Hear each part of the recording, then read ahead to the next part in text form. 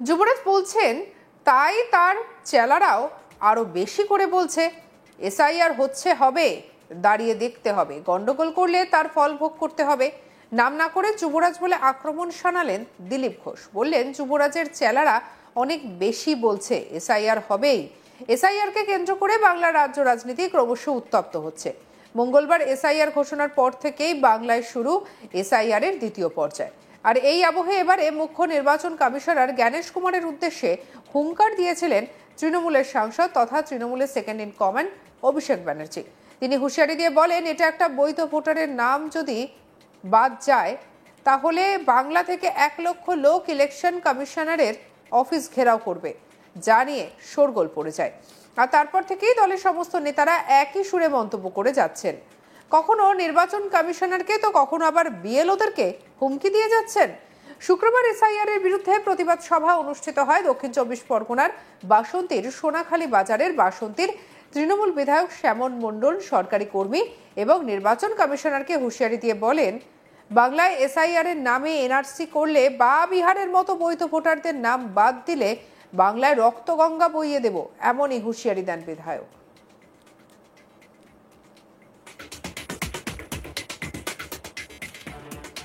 আর সেই প্রসঙ্গে শনিবার নিউ টাউনের ইকো পার্কে বিজেপি নেতা দিলীপ ঘোষ সাফ জানান, যুবরাজ বলেছেন তাই তার চেলারা আরো বেশি করে বলছে এসআইআর হচ্ছে, হবে, দাঁড়িয়ে দাঁড়িয়ে দেখতে হবে, গন্ডগোল করলে তার ফল ভোগ করতে হবে। কি বলেছেন শুনবো।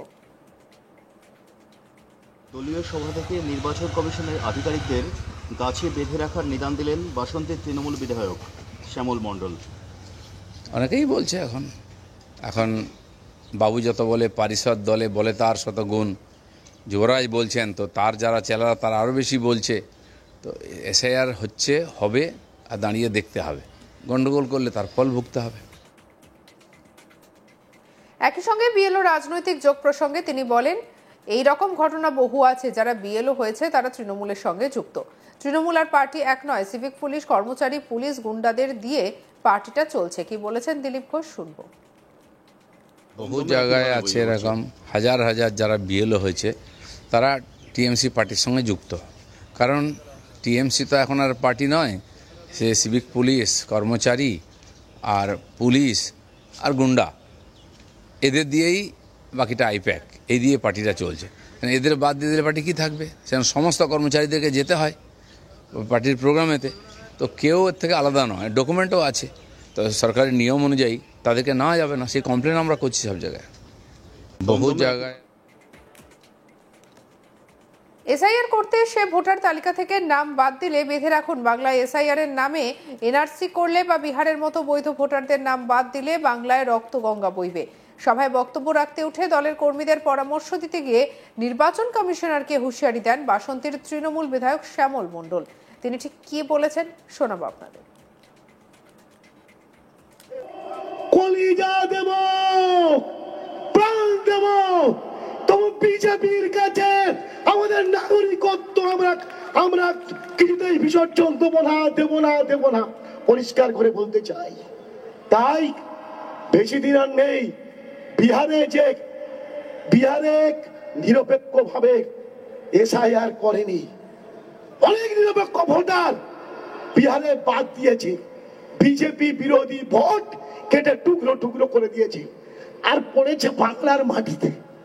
বাংলার মাটি তৃণমূলের দুর্জয় ঘাটি, যেখানে দুর্বৃত্ত বিজেপির লিডার প্রধানমন্ত্রী হয়ে এমএলএ করে এমপি হোক, এই মাটিতে একটা হিন্দু মুসলমান খ্রিস্টান জৈনিক শিখের একটা ভোটের থেকে নাম বাদ দেওয়া যাবে না, তাহলে পশ্চিম বাংলায় রক্তগঙ্গা বয়ে যাবে। নির্বাচন কমিশনকে জেনে রাখতে পরিষ্কার করে বলতে চাই। এরপরে বলেন, এসআইআর করতে এসে ভোটার তালিকা থেকে নাম বাদ দিলে বেঁধে রাখুন। কি বলেছেন শ্যামল মণ্ডল আর শুনবো। প্রধানমন্ত্রী, স্বরাষ্ট্রমন্ত্রী এবং যে সমস্ত নির্বাচন কমিশনের অফিসাররা, তাদের সমস্ত খবর আমরা নিয়ে নেব। যদি ভুলভাল হয়, আমাদের লোকাল নেতৃত্ব বুথ স্তর থেকে অঞ্চল এবং ব্লক এবং সেটা সারা জেলাতেও হবে, আমরা কিন্তু তাদেরকে গাছের গায়ে বেঁধে রাখবো, বেঁধে রেখে আমরা প্রতিবাদ করবো যে যে আগে তাদের পরিচয় তবে আমাদের পরিচয়। সম্প্রতি এসআইআর এর বিষয়ে অভিষেক ইলেকশন কমিশনারকে হুঁশিয়ারি দিয়ে বলেছিলেন 2021-এ যেহেতু ল্যাচে গোবরে হয়ে হেরেছে, 2024-এ 18 থেকে 12 হয়েছে, তাই বাংলা থেকে মানুষের মৌলিক অধিকার ছিনিয়ে নেওয়া, কিন্তু আমরা তা হতে দেব না। আমি আগেও বলেছি, এখনো বলছি, একটাও নাম যদি বাদ যায়, একটা বৈধ ভোটারের নাম যদি বাদ যায়, বাংলা থেকে 1 লক্ষ লোক ইলেকশন কমিশনারের অফিস ঘেরাও করবে। কি বলেছেন অভিষেক, শুনবো। এদের উদ্দেশ্য লক্ষ্য একটাই, বাংলাকে অপমান করা, বাঙালিকে বাংলাদেশি বলে আখ্যায়িত করা, বাংলা ভাষাকে ব্যঙ্গবিদ্রুপ করা, এবং যেহেতু 2021-এ ল্যাচে গোবরে হয়ে হেরেছে, 2024-এ 18 থেকে 12 হয়েছে, তাই বাংলার মানুষের থেকে তার মৌলিক অধিকার ছিনিয়ে নেওয়া আমরা হতে দেব না। আমি আগেও যা বলেছি, আমি আজও তাই বলছি, একটা মানুষের যদি নাম বাদ যায়, একটা বৈধ ভোটারের যদি নাম বাদ যায়, বাংলা থেকে 1 লক্ষ লোক গিয়ে ইলেকশন কমিশনের অফিস ঘেরাও করবে। ক্ষমতা থাকলে অমিত শাহ দিল্লি পুলিশ আটকে দেখাক। কালকে সুপ্রিম কোর্টের অর্ডার দেখেছেন তো? হাইকোর্টে এক গালে থাপ্পড় মেরেছে, সুপ্রিম কোর্ট আর এক গালে থাপ্পড় মেরেছে। কেমন লাগলো? এত ক্ষমতা। আমি যখন নবজোয়ারে বলতাম মানুষের ক্ষমতার আগে কারোর ক্ষমতা টেকে না, সে যত বড় নেতা ভাবুক নিজেকে, দেশের প্রধানমন্ত্রী হোক, রাষ্ট্রপতি হোক, কোনো প্রদেশের মুখ্যমন্ত্রী হোক, রাজ্যপাল হোক, কেন্দ্রীয় মন্ত্রী হোক, মানুষের ক্ষমতার আগে কারোর ক্ষমতা টেকে না। আমরা গেছিলাম দিল্লিতে বাংলার অধিকারের লড়াইয়ের স্বার্থে, বাংলার পাওনা চাইতে, বাংলার প্রকৃত প্রাপ্য চাইতে। টেনে হিঁচড়ে আমাদের বার করে দেওয়া হয়েছিল কৃষি ভবন থেকে। কে বার করেছিল? অমিত শাহর অধীনস্থ দিল্লি পুলিশ। এমনকি জনজাতি মূলবাসী তপশিলি যে প্রতিনিধিরা ছিল, মহিলাদেরও রেয়াত করেনি, চুলের মুঠি ধরে টানতে টানতে বীরবা হাঁসদাকে বার করেছে।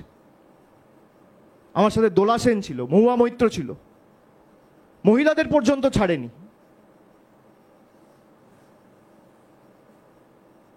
আমরা বলেছিলাম যে হয় আমরা এই লড়াই দিল্লিতে নিয়ে গিয়ে জমিদারদের বোঝাবো যে বাংলার ক্ষমতা কত ধানে কত চাল, আর নাহলে বিকল্প অর্থের ব্যবস্থা করব। আমাদের সরকার প্রায় 59 লক্ষ প্রকৃত জব কার্ড হোল্ডার, যাদের টাকা বাকি ছিল 2024 সালের ফেব্রুয়ারি মাসের, প্রত্যেকটা লোকের ব্যাংক অ্যাকাউন্টে টাকা ডাইরেক্ট ব্যাংক ট্রান্সফারের মাধ্যমে টাকা পৌঁছে দিয়েছে। সঙ্গে রাখুন আজ তাক বাংলার ইউটিউব চ্যানেলকে লাইক, কমেন্ট, শেয়ার, সাবস্ক্রাইব করতে ভুলবেন না।